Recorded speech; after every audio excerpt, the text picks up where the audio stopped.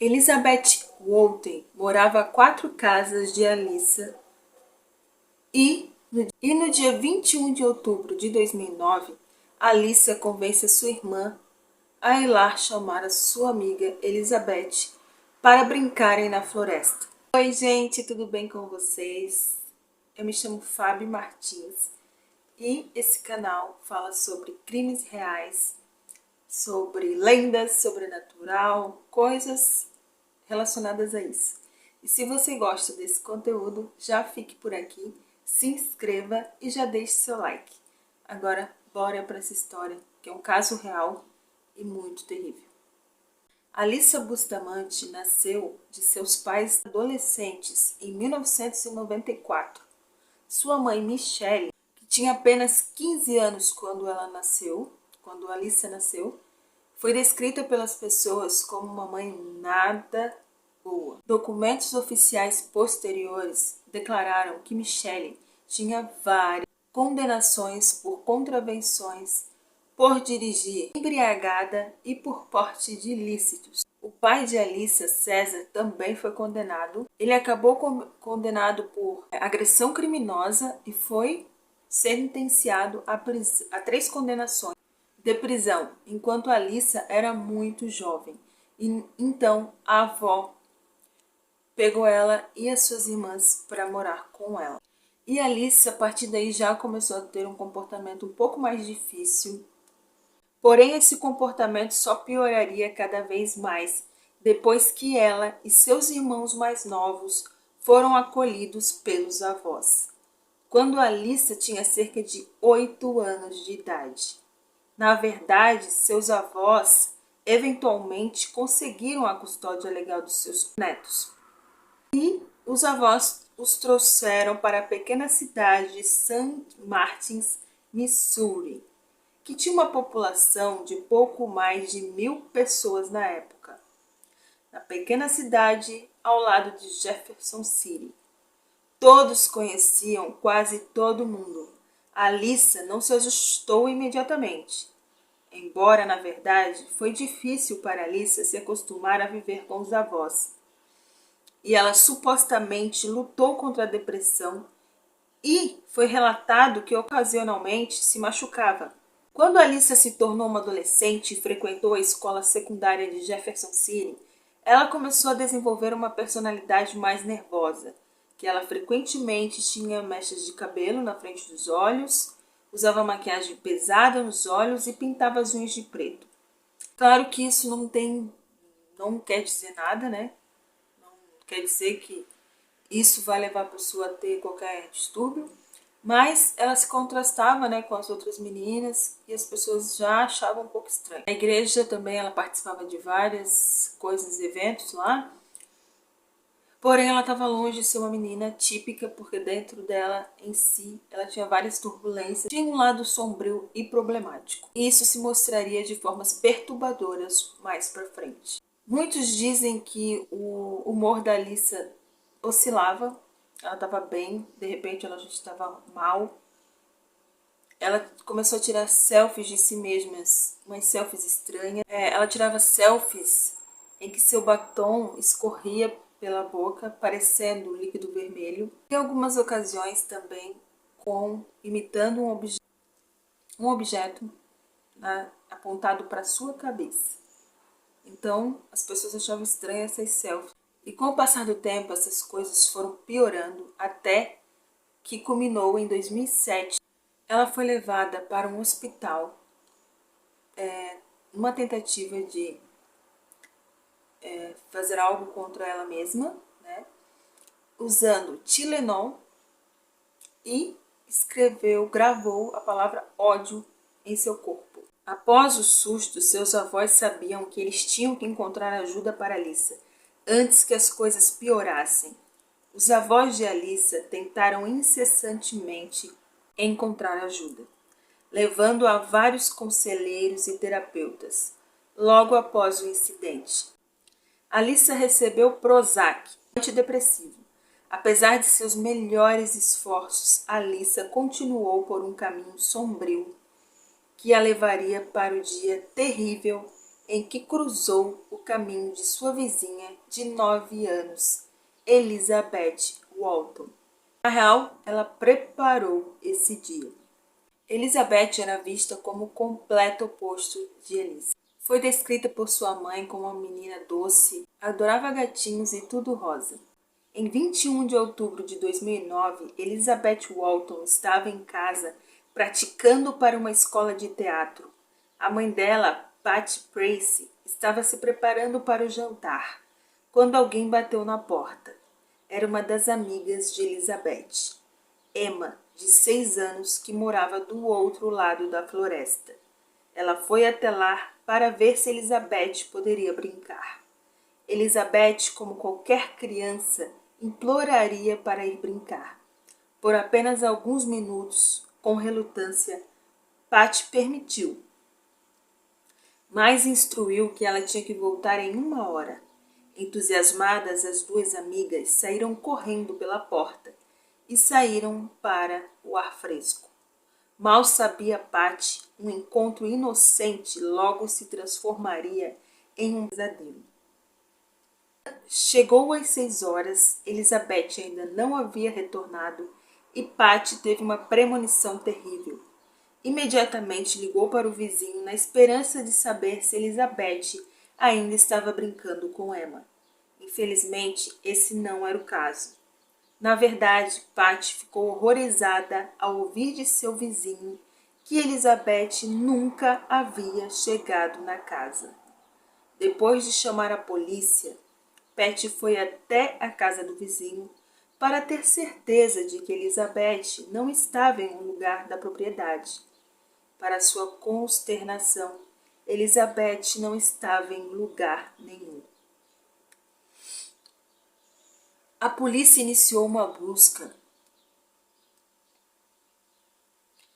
para aquela área. Alguns voluntários foram acionados, várias pessoas procurando Elizabeth por todo lado. Então esses voluntários encontraram algo muito estranho, uma cova vazia. O FBI rapidamente se envolveu. Logo eles questionaram a Emma, né? Qual foi a última vez que ela viu ela, a Elizabeth, como que elas se encontraram. E Emma contou que brincou um pouco com a Elizabeth e a última vez que a viu, ela estava retornando para sua casa. A polícia questionou a Lisa. Ela foi questionada para ver se sabia de alguma coisa importante sobre o desaparecimento. A Lisa disse que infelizmente não sabia de nada. Você observou que a Alice estava muito calma e cooperativa. Só que daí, do nada, a polícia estava investigando ali a cova vazia e eles ouviram a Alice falando algo inusitado, que ela mesma tinha cavado aquela cova. E a polícia perguntou o porquê. E ela disse que fazia isso eventualmente por vários lugares da propriedade e da floresta, porque quando um animal morria, ela colocava-o ali. Já tinha uma cova preparada para eles. O sargento Reese, que estava comandando as investigações, achou que a questão de Alice um pouco estranha e rapidamente foi investigar a casa de Alice. Um agente em particular investigou o quarto de Alice. O que foi encontrado pelo policial foi mais do que perturbador. Era uma evidência crucial em comparação com o resto da casa. O quarto de Alice era escuro e sombrio, com escritas nas paredes. Embora alguma das notas em suas paredes fossem escritas com caneta, outras foram descritas pela polícia como parecendo ter sido escritas com líquido vermelho. Descobriram um desenho enervante após uma inspeção mais aprofundada. Descobriu-se que era um desenho da meia-irmã de Alice, Emma. Emma foi desenhada com cortes na cabeça e braço. Enquanto a polícia continuava pela sala dos horrores, eles ainda não haviam encontrado nada que pudesse se relacionar com o desaparecimento de Elizabeth. Até que eles encontraram um diário escrito por Alice. Embora não fosse nem um pouco inocente, ainda não tinha nada de substancial em relação a Elizabeth. A polícia folheou as páginas, descobrindo onde Alice havia escrito anteriormente sobre incendiar uma casa e matar seus ocupantes. A polícia presumiu que ela estava se referindo à casa de seus avós. Os investigadores abriram uma página com a data de 21 de outubro de 2009, dia em que Elizabeth desapareceu. A entrada estava estranhamente rabiscada em tinta azul e a única coisa que eles conseguiram decifrar corretamente na época foi a última frase que dizia: "Preciso ir à igreja agora. Ha ha ha." Os agentes consideraram o diário como uma evidência potencial, com a intenção de tentar decifrar o resto da entrada mais tarde, quando eles finalmente usaram iluminação negra para ler o que estava rabiscado sob a tinta azul. Eles tiveram um vislumbre de algo incrivelmente terrível. As duas palavras corte e garganta. Também logo foi descoberto que no mesmo dia do desaparecimento de Elizabeth, Alyssa havia levado um dia de folga da escola. Sua primeira ausência injustificada, o que aumentou ainda mais as suspeitas em torno da Alyssa. A Alyssa foi trazida para falar com a polícia sobre o que eles haviam descoberto. Então o policial disse que estava com seu diário e falou que leu as primeiras páginas, a princípio. Não falou que leu aquela com a tinta azul que não dava para ler. E ela falou que não fez nada, que a princípio ela tinha ido com Elizabeth para a floresta para brincar. A Alyssa tentou dizer que ela realmente tinha ido para a floresta com Elizabeth, mas que não tinha feito nada. O investigador disse que, se encontrada, a autópsia revelaria o que tinha acontecido, Então, Alyssa confessou tudo o que tinha feito, tudo que ela tinha planejado. Ela disse que ela mesma pediu para a irmã ir buscar a menina para brincar, só que na cabeça dela, ela tinha outros planos para a vizinha. Ela disse que chamou Elizabeth e falou que tinha algo muito legal para mostrar para ela. Então ela atraiu a Elizabeth para uma cova onde ela tinha cavado. Então ela estrangulou Elizabeth e a esfaqueou várias vezes no peito e cortou sua garganta. Ela começou a enterrá-la em uma das duas sepulturas que ela havia cavado e voltou para casa como se nada jamais tivesse acontecido. Alyssa, que era apenas uma criança, acabou violentamente com a vida de outra criança, da maneira mais brutal possível. Após a horrível confissão de Alyssa, ela então levou os investigadores ao corpo de Elizabeth, escondido na floresta.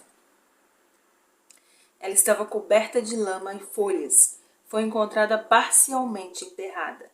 Centímetros abaixo do solo, uma visão triste e horrível.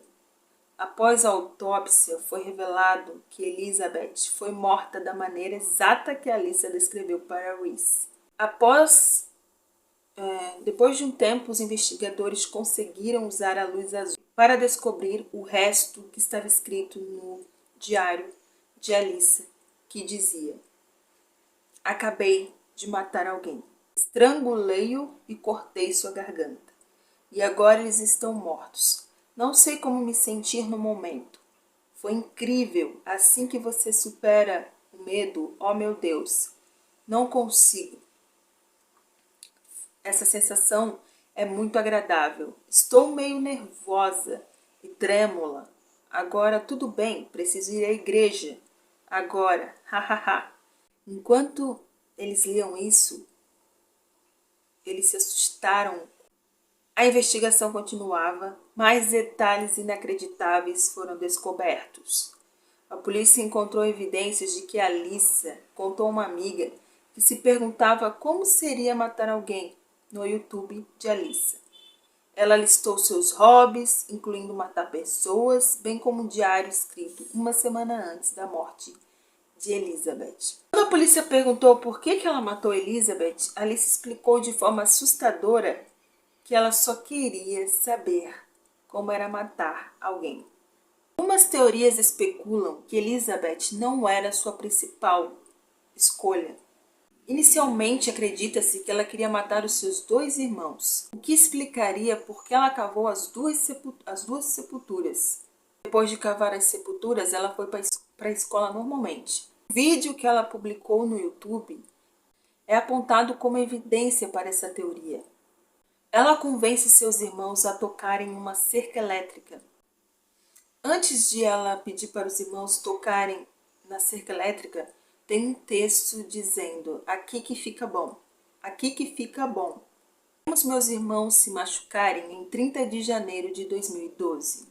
O julgamento de Alyssa começou e ela foi julgada como adulta. Ela se declarou culpada de assassinato em 2º grau e ação criminosa armada. No entanto, a confissão de Alyssa foi então suprimida e sua defesa recebeu um acordo judicial. Eles aceitaram. Alyssa foi condenada por assassinato em segundo grau, sentenciada à prisão perpétua com possibilidade de liberdade condicional. Ela também teve mais 30 anos adicionados por causa da acusação de ação criminosa armada. Significa que Alyssa teria que cumprir 35 anos antes de ser elegível para a liberdade condicional.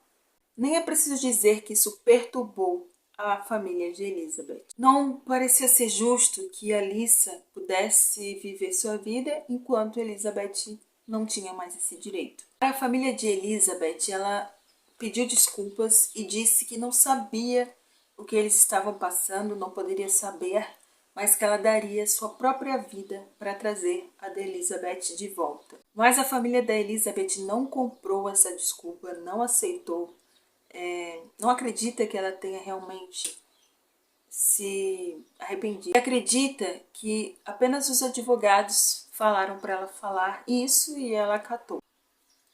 A Patty Price, a mãe de Elizabeth, disse que só tem ódio por ela, por Alyssa, e chamou-a de monstro no julgamento. Disse que odiava tudo sobre ela. A Patrícia, inclusive, processou o hospital psiquiátrico que a Alyssa foi internada, porque se eles tivessem previsto o comportamento violento, da Alyssa, a Elizabeth poderia ainda estar viva. Recentemente foi aprovada uma nova lei no Missouri, chamada Senado Bill 26. Isso resultou com que a Alyssa fosse elegível para a liberdade condicional em 2024. Essa nova lei alterou como é o processo para menores de idade. Então, em teoria, eles podem pedir liberdade condicional após 15 anos de prisão. E hoje tem algumas pessoas fazendo um abaixo-assinado para que a Alyssa não seja solta em 2024. Eu quero saber de vocês, o que vocês acham? Vocês acham que ela deveria ser solta em 2024 a partir dessa nova lei? Ou vocês acham que ela teria que cumprir toda a sua condenação de 35 anos antes de pedir a liberdade condicional? Ou vocês acham que tudo isso ainda é pouco por ter tirado a vida de uma pessoa inocente, né, gente? Esse é o caso de hoje, gente. Espero que vocês, tenham gostado. Claro que a história não é boa, mas é um caso que aconteceu, é real, infelizmente. Então é isso, gente. Muito obrigado. Deixe seu like, compartilha e se inscreva. Grande abraço e até o próximo vídeo.